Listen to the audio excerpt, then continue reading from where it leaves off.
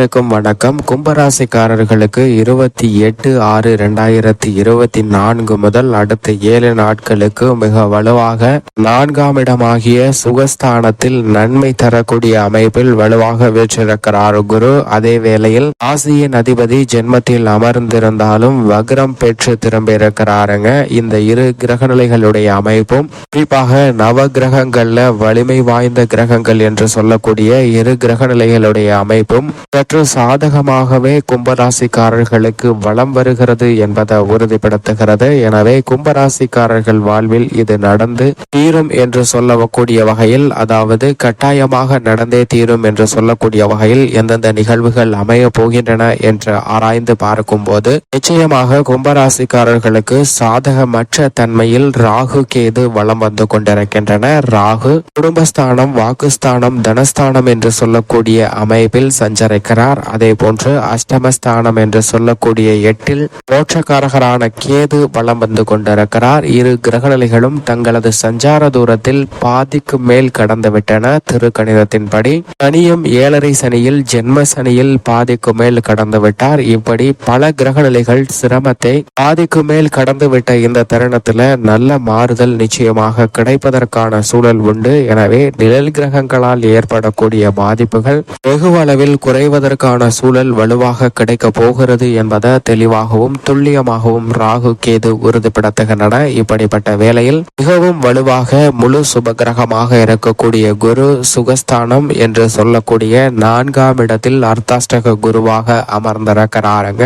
நிச்சயமாக குரு பகவான் 4ஆம் இடமாகிய சுகஸ்தானத்தில் அமர்ந்து சஞ்சரிப்பது மற்ற இடங்களை ஒப்பிடுகையில், அதாவது சிரமத்தை ஏற்படுத்தி கொடுக்கக்கூடிய ஜென்மம், 3, அஷ்டமம் போன்ற இடங்களை ஒப்பிடுகையில் நிச்சயம் 4ஆம் இடம் நன்மை தரக்கூடிய ஒரு இடமாக தான் கும்பராசிக்காரர்களுக்கு பார்க்கப்படுகிறது. எனவே குரு பகவானின் அமைப்பு காரணமாக குதூகலமும் கொண்டாட்டமும் நிறைந்து கிடைக்கக்கூடிய வகையில் பல்வேறு வகையான நிகழ்வுகளை சிறப்பாக சந்திப்பதற்கான சூழல் நிச்சயமாக வலுவாக கும்பராசிக்காரர்களுக்கு உருவாகி உள்ளது என்பதுதான் யதார்த்தமான உண்மையாக பார்க்கப்படுகிறது. எனவே குருவின் அமைப்பு காரணமாக இந்த தருணத்தில் எதிர்பார்க்கக்கூடிய பல்வேறு வகையான சுப நிகழ்வுகள் மிக சிறப்பாக கைகூடும். திருமணம், புத்திரபாக்கியம் உள்ளிட்ட மங்களகரமான பல சுப நிகழ்வுகளை மிக சிறப்பாக சந்திப்பதற்கான யோகம் ஜென்மசனியின் ஆதிக்கம் இருந்தாலும் வக்ரம் பெற்றிருப்பதால் நிறைந்து கிடைப்பதற்கான சூழல் நிச்சயமாக இந்த வாரத்தில் உண்டு என்பதை தெல்ல தெளிவாக உறுதிப்படுத்துகிறாருங்க குரு. குரு பகவானின் அமைப்பு காரணமாக தொட்ட காரியங்கள் அனைத்திலும் நல்ல முன்னேற்ற வாய்ப்புகள் நிச்சயமாக வலுவாக கிடைக்கும். அதே போன்று ராசியின் அதிபதியும் ஜென்ம ராசியில் வக்ரம் பெற்று திரும்பி இருக்கக்கூடிய இந்த தருணத்தில் ஜென்மசனியின் ஆதிக்கம் சற்று வலுவிழக்கக்கூடிய ஒரு தருணமாக பார்க்கப்படுகிறது. ராசியின் அதிபதி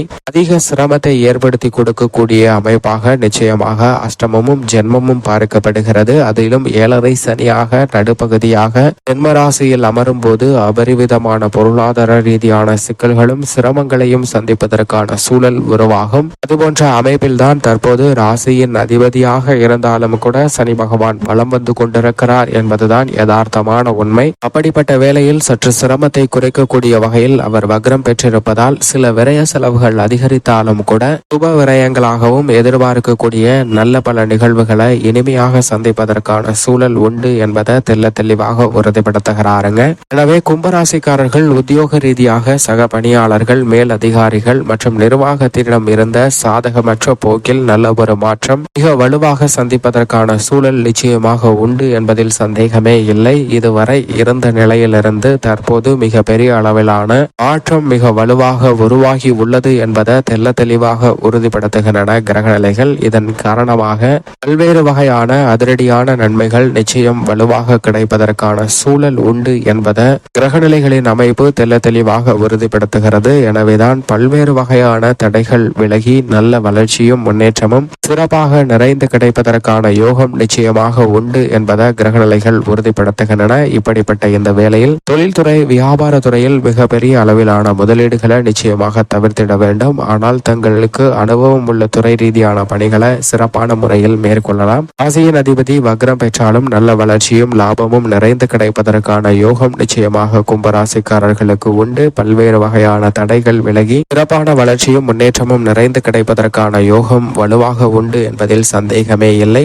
மேலும் இந்த வேளையில் மிகவும் வலுவாக செவ்வாய் பொறுத்தவரைக்கும் 3ஆம் இடமான தைரியஸ்தானத்தில் ஆட்சி பலம் பெற்று வலுவாக வீற்றிருக்கிறாருங்க. செவ்வாய் மிகவும் சிறப்பாக சஞ்சரிக்கக்கூடிய இந்த வேளையில் எந்த காரியத்தை கையில் எடுத்தாலும் அவற்றில் காரிய வெற்றி மிகவும் வலுவாக கிடைக்கும். 7.5 சனியில் முற்பகுதியில் இழந்த சொத்துக்களை மீட்கக்கூடிய வகையில் இந்த தருணத்தில் புதிய அசையா சொத்துக்கள் வாங்குவதற்கான அற்புதமான யோகத்தையும் செவ்வாய் உருவாக்கி கொடுக்கிறாருங்க. கும்பராசிக்காரர்களுக்கு இது மிகப்பெரிய அளவுல வரவேற்கத்தக்க ஒரு அதிர்ஷ்டத்தை அள்ளி கொடுக்கக்கூடிய ஒரு அமைப்பாக நிச்சயமாக பார்க்கப்படுகிறது. எனவே செவ்வாயின் அமைப்பு காரணமாக விவசாயம் சார்ந்த பணிகளில் விளைச்சலும் வருமானமும் அதிகரிக்கும். நீங்கள் சந்தித்து வரக்கூடிய பல நெருக்கடிகள் விலகி நல்ல முன்னேற்றத்தை மிகவும் அபரிவிதமாக சந்திப்பதற்கான யோகம் நிச்சயமாக உண்டு என்பதில் சந்தேகமே இல்லை. கால்நடை வளர்ப்பில் ஏற்பட்ட விரைய செலவுகள் கட்டுக்குள் வரும். நீங்கள் எதிர்பார்க்கக்கூடிய சிறப்பான வளர்ச்சியும் முன்னேற்றமும் இந்த தருணத்தில் உண்டு. குடும்பத்தில் ஒற்றுமை அதிகரிக்கும். கடன் சார்ந்த பற்பல தொல்லைகள் குறைவதற்கான வாய்ப்பும் அண்டை நிலத்தாரிடம் அண்டை வீட்டாரிடம் இருந்த சிரமங்களும் விலகி எதிர்பார்க்கக்கூடிய சுப நிகழ்வுகள் இனிமையாக மகிழ்ச்சியாக அமைவதற்கான யோகம் உண்டு. உறவுகள் பலப்படக்கூடிய வகையில் பல நல்ல மாறுதல்களை மிகவும் சிறப்பாக சந்திப்பதற்கான சூழல் நிச்சயமாக உண்டு என்பதை செவ்வாய் உறுதிப்படுத்துகிறாருங்க. ராசியின் அதிபதியான சனிக்கு நட்பு கிரகமாக இருக்கக்கூடிய வித்யாகாரகரான புதனை பொறுத்தவரைக்கும் ரூணரோக சத்துருஸ்தானத்தில் தனது பகை கிரகத்தின் வீட்டில் சஞ்சரிக்க போகிறார். எனவே இந்த தருணத்தில் சற்று உணர்ச்சி வசப்படுவதற்கான சூழல் நிறைந்து கிடைப்பதற்கான வாய்ப்பு உண்டு. எனவே கும்பராசிக்காரர்கள் உணர்ச்சி வசப்படுவதை தவிர்த்துவிட்டு சில முடிவுகளை எடுக்க வேண்டும். உணர்ச்சி வசப்பட்டு முடிவுகள் எடுத்தால் சில தவறான வாய்ப்புகளை சந்திப்பதற்கான சூழல் உண்டு என்பதை தான் தெளிவாக உறுதிப்படுத்துகிறார். ஆனால் அதே வேளையில் மிக வலுவாக சூரியன் பஞ்சமஸ்தானமாகிய 5இல் வலுவாக வெற்றிருக்கிறார். எனவே தந்தை வழி உறவு முறைகள்ல எதிர்பார்க்கக்கூடிய நல்ல முன்னேற்றமும் சொத்துக்கள் ரீதியான பிரச்சனைகளும் சுமூகமாக தீர்வு காணப்படுவதற்கான சாத்தியக்கூறுகள் உண்டு. அலைச்சல் வெகுவளவில் குறையும். எதிர்பார்க்கக்கூடிய முன்னேற்ற வாய்ப்புகள் வலுவாக கிடைப்பதோடு பற்பல தடைகள் விலகி சிறப்பான வளர்ச்சிக்கு அடித்தளமிடக்கூடிய வகையில் நிச்சயமாக குடும்பம் சார்ந்த பணிகள் அமையும். அதே போன்று மாதுர்காரகன் என்று சொல்லக்கூடிய சந்திரனும் பெரும்பாலும் சாதகமாக வலம் வருகிறார். எனவே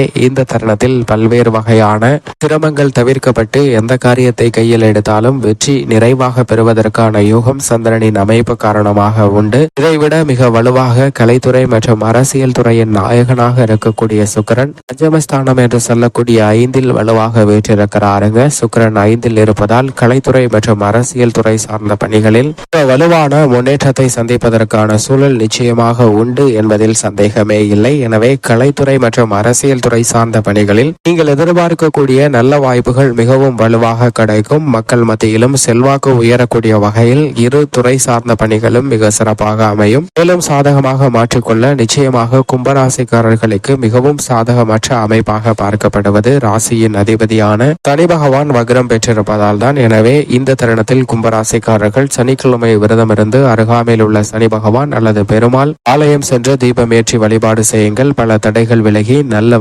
மகிழ்ச்சியும் முன்னேற்றமும் தங்களுடைய வாழ்வில் நிச்சயம் நிறைந்து கிடைக்கும். கும்பராசிக்காரர்களுக்கு